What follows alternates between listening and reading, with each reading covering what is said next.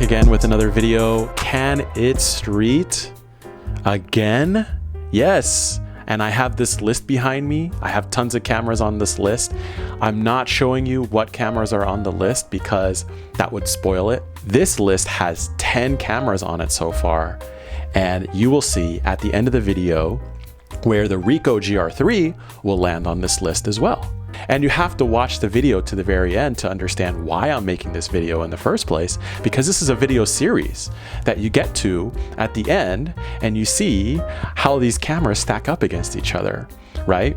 And sometimes it's meaningless, sometimes it doesn't matter, and sometimes it can matter. If you're thinking about, does Alex align with my street photography style, and does it make sense for this camera to be ranked here and there, and what should I be using, this and that, if it matters to you, you know what I mean? This is just for fun, it's just for fun. So have fun, watch the video, and I'll see you on the flip side. All right? Check that out. Today we're gonna see if bears really do shit in the woods, if the Ricoh GR3 can do street photography. Let's go. My good friend here, Ty. Hey, how are you doing? Ty, what brings you to Japan? What do you do? So I'm actually a photojournalist, and my experience comes mostly from tabloid newspapers in New York. But I've transitioned into being more of a sports photographer. So my first time in Japan was last year when I was brought over here to shoot the Formula 1 Japanese Grand Prix. That's where maybe in the weeks after, like once I saw Tokyo for the first time, I thought like New York was a small town in a cornfield compared to what we have here in Japan. So. Yeah, Tokyo is pretty big. I think people don't realize really how big Tokyo actually is. And you have a GR3 as well, right? Yes, I do. And this is my sanity camera. So if I walk out and I just want to have just my coat, or even if I want to slip it into my pant pocket, I know I always have a camera that I can manipulate and control rather than necessarily my phone camera. Yeah, it's always on you. Here too. You know what I mean? Right now I'm doing snap focus, 1.5 meters.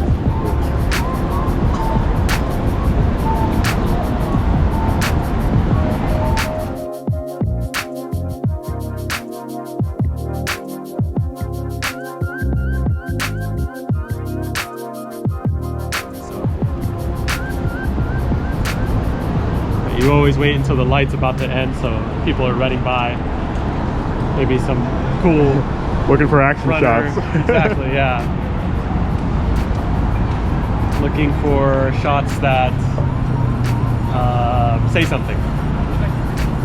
They have something to say. You know what I mean? That's what the 28mm focal length in this camera is good at, is finding these moments that have something to say about them, that speak for themselves, right?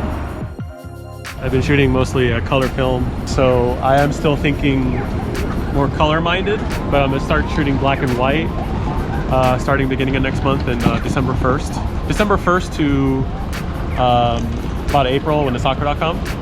I shoot black and white almost exclusively. And my mentality changes, my brain changes. So looking more at purely just light and shadows and these kind of things. But for right now, I'm still very color-minded, color matching and these kind of things.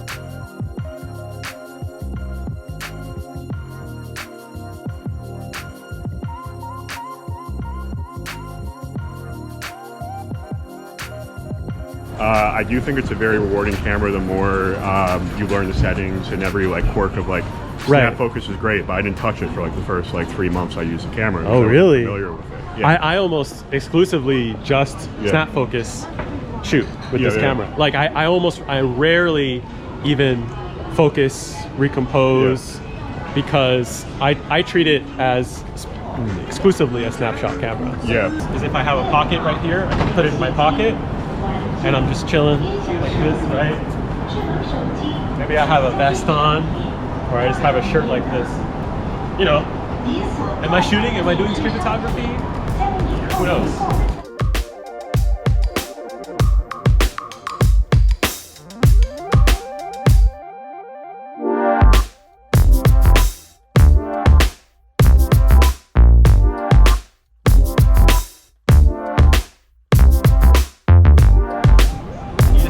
Like that, just like boom. So it's like it's a cheat code sometimes, this camera, I swear to God. That's actually a pretty cool shot. I like it. Yeah.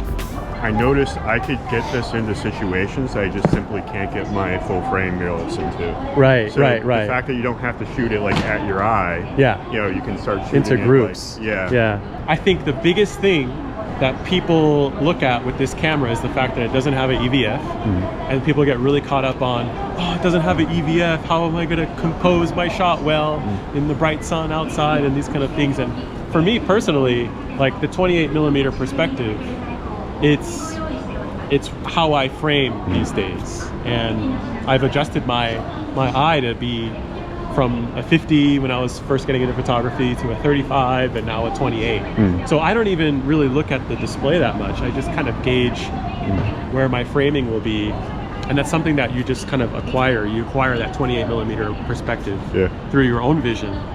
And so it's not a problem for me to have an EVF or a viewfinder, you know, for my eye. How about you?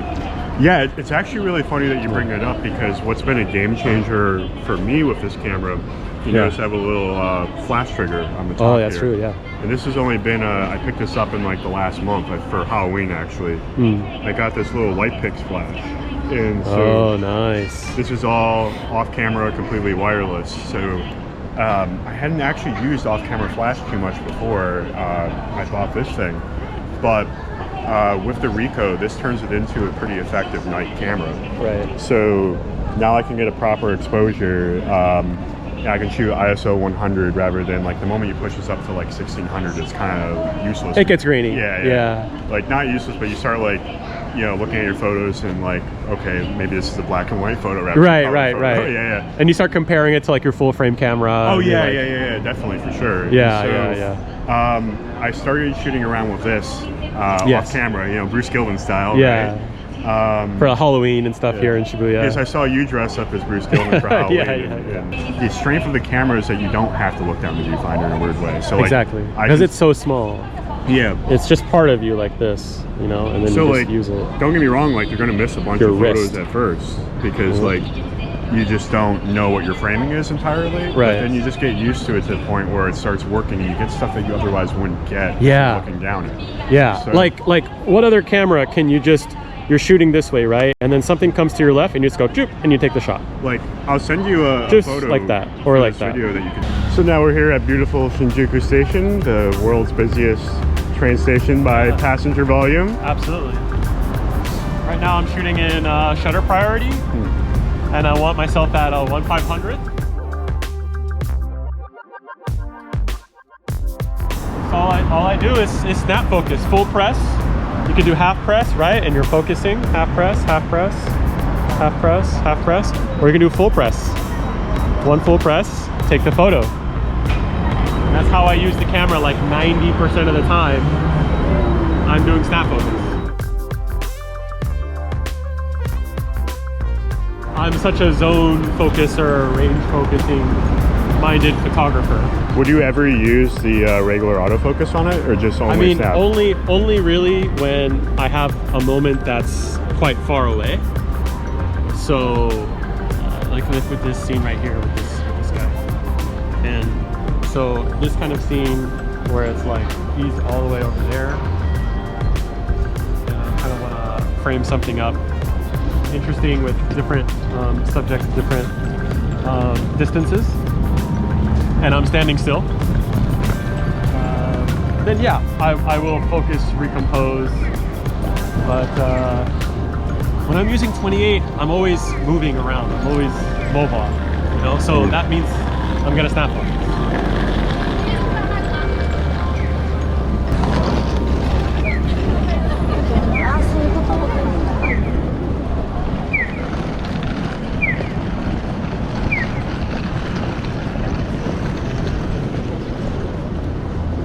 But that's what I mean right there, what he did. You know, the fact that you can just kind of trick shot. There you go. Yeah, I mean, just like I'm right here. I'm shooting at waist level. I'm shooting from the hip. But that's the only thing I would caution on is sometimes you feel like you're being a little too sneaky with the camera and you have to be a little careful with it. You know what? You know what? And I would say that, like, so in my, let's talk over here. Yeah. So here we are in the shadows talking about being too sneaky. Yeah. And so, okay, here's a very interesting thing. Okay, so in all my years of doing street photography, nearly a decade now, 8-9 years, I've rarely come into conflict with anybody over my style of shooting. And when I say conflict, I mean somebody takes verbal exception to me taking photos candidly in public spaces, you know. And this is always something that I'm aware of, concerned about, that I'm not being too aggressive, too forward with my shooting style. But the only times I've had somebody take exception to me, which is only a handful of times, maybe like 5 times tops, and I would say the majority of the times, like maybe 3 out of the 5 times, I was shooting with the GR3. Yeah. And is this something about this camera that kinda screams sneaky? Yes. Creeper. Yeah. And I know I'm aware of that now, and it's unfortunate. It's unfortunate that such a great tool like this kind of projects a sneaky vibe.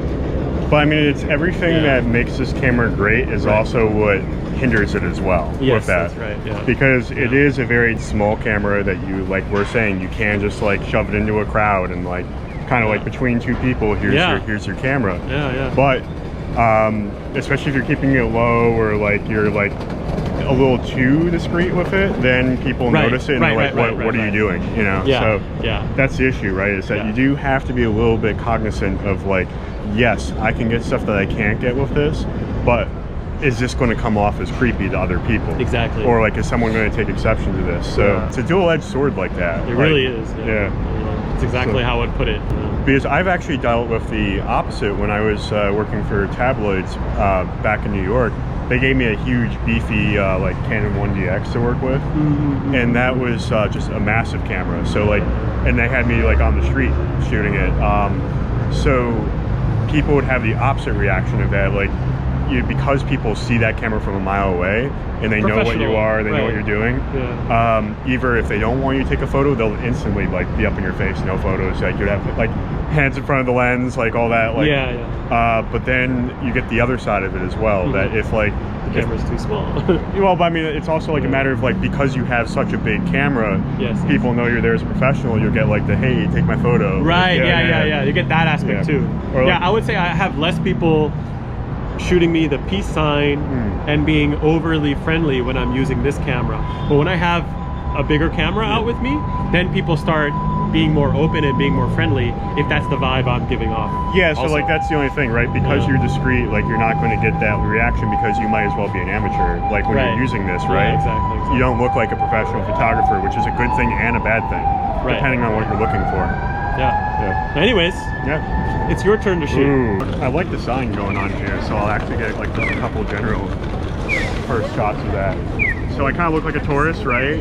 As long as like you kind of keep it close to your chest a little, like up in this area, like I feel like nobody really minds, and you don't come off the wrong way with it at all. And then you can start playing with that a little bit, like, oh, I'm just like, I need to get through the crowd, you know, there you go, like that kind of stuff. Exactly. You learn the move, so it's kind of like dancing. It's like a dance, it's a dance move.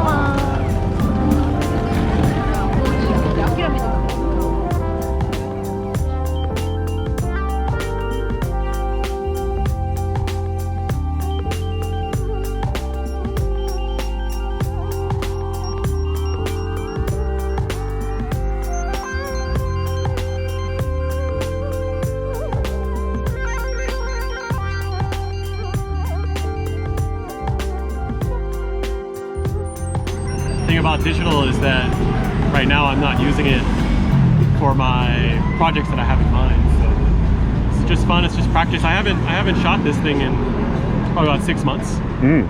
So yeah, but it's fun, and even though I don't shoot it often, it's not a camera that I want to get rid of just because I'm not using it right now. I want to keep it. I think that says a lot about a camera, is that even if you're not actively using it and you don't want to get rid of it, that makes it a good camera, because you know that it's valuable, and when you do want to use it, it'll be there for you. That sounds like so sweet, you know? That was cute. Okay, everyone, we're back again. Can It Street.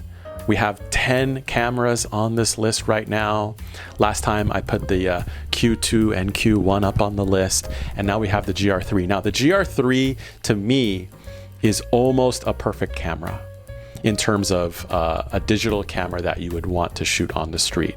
It has a 28mm lens, which I think is perfect.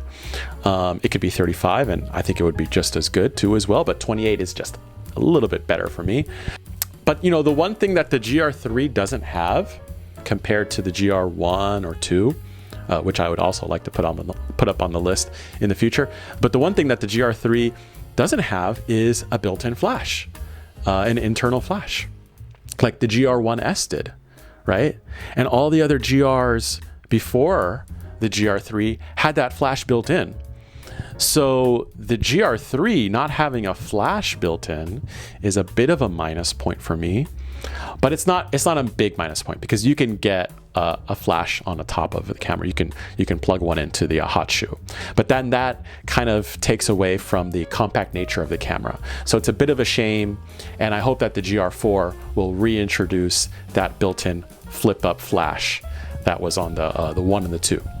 So Ricoh, if you're listening, put the flash back in, please. Put the flash back in for people like me who shoot at night and want that look, you know, want that juicy, flashy look that some people don't like, but I love.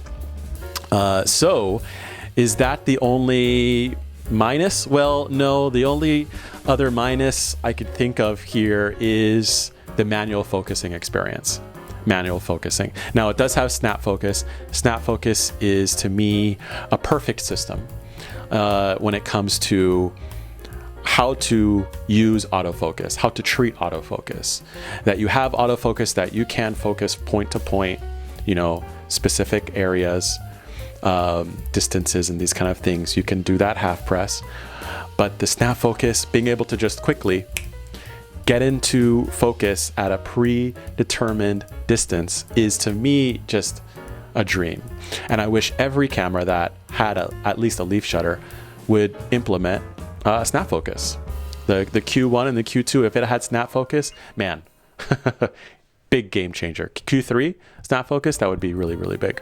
I know you can do the manual focus, but when you're in autofocus and then you can immediately switch to this kind of manual focus-esque kind of snap experience, to me it's the best thing that you can do.